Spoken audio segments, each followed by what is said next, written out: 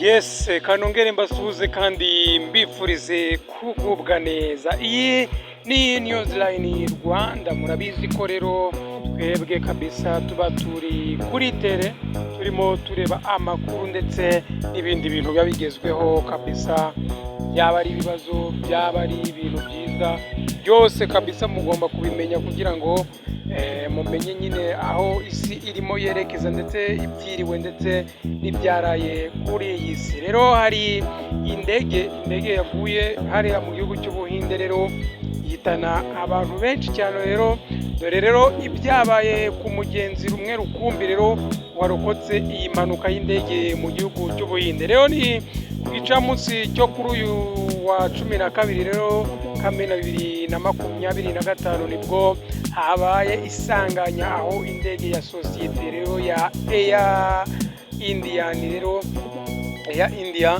yari itwaye rero abantu barenga 242 rero yakoze impanuka nyuma y'iminota mikeya ihagurutse ku kibuga mpuzamahanga cy'indege rero cya Ahmedabad hariya mu Buhinde. Rero indege irakongoka, rero harokoka umuntu umwe. Iyi ndege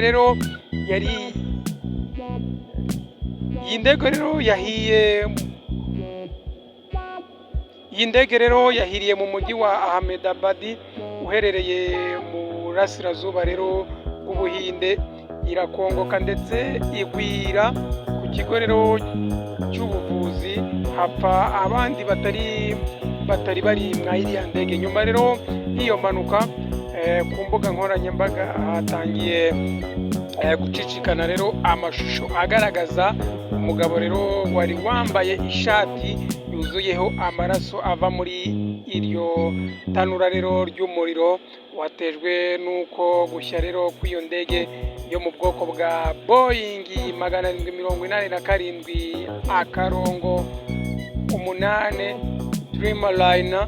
Iyi rero ni umugabo rero warokotse ari umwe rukumbi. Byagaragaye ko rero yitwa Vishwash Kumar Ramesh.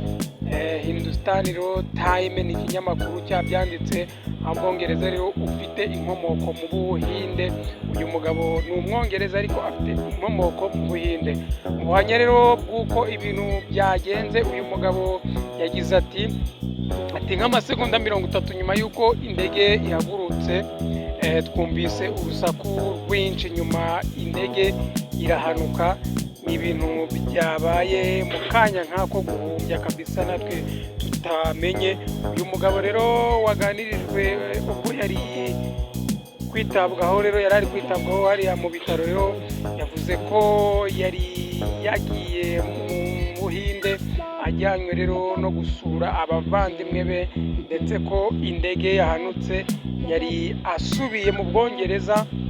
We rero n'umuvandimwe we bari bajyanye batashye basubiye mu Bwongereza. Uwo muvandimwe we rero nawe yapfuye kuko Air India yatangaje ko mu bantu 242 bari mu ndege 241 bose bapfuye, rero harokoka umuntu umwe. Rero mubyara wa Ramesh wari mu mujyi rero wa Leicester mu Bwongereza yabwiye abanyamakuru ko uyu mugabo warokotse rero wenyine yababwiye ko ameze neza, ariko ko yashenguwe ndetse n'urupfu rwa bene wabo rero ndetse n'abandi bavandimwe rusange baguye mwa iriya ndege. Umuganga rero wa Ramesh ukurikiye ishami y'ababaga rero indwara zitandukanye muri Ahmedabad hariya muri Civil Hospital witwa Dr. Rajnish Patel, uyu rero yabwiye ikinyamakuru CNN ko uyu mugabo atarembye cyane ndetse ko mu minsi mike iri imbere ashobora rero gusezererwa muri ibi bitaro. Ati rero afite amaraso mu maso ariko ntabwo yakomeretse cyane ndetse nta n'ikibazo kidasanzwe afite, ndetse ari gukurikiranwa mu buryo rero bwihariye. Amashusho y'inyandiko rero z'urugendo za Ramesh agaragaza ko uyu mugabo yari yicaye rero mu mwanya wa 11A hafi rero y'ahasohokerwa iyo ndege igize rero ikibazo. Ni imbere rero gato y'ibiba ry'iburyo rero ni imbere rero y'ibaba ry'iburyo bw'indege.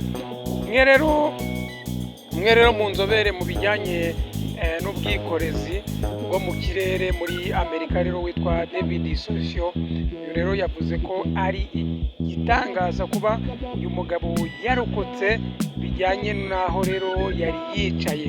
David Socio rero yavuze ko Ramesh yari yicaye mu gice cy'indege kiba kigizwe n'ibyuma bikomeye cyane, kandi iki gice rero mu busanzwe iyo habaye impanuka abacicayemo bagirwaho ingaruka zikomeye cyane.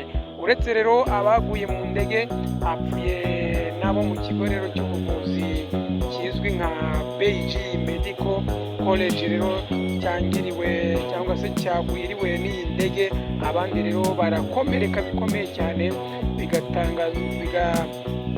bigateganywa ko rero iyo mibare y'abapfuye ishobora kwiyongera mu gihe rero dutegereje ko twumva iyo mibare muri rusange y'abaguye muri iyo ndege. Njye ni Emmanuel, iyi ni New Zealand Rwanda.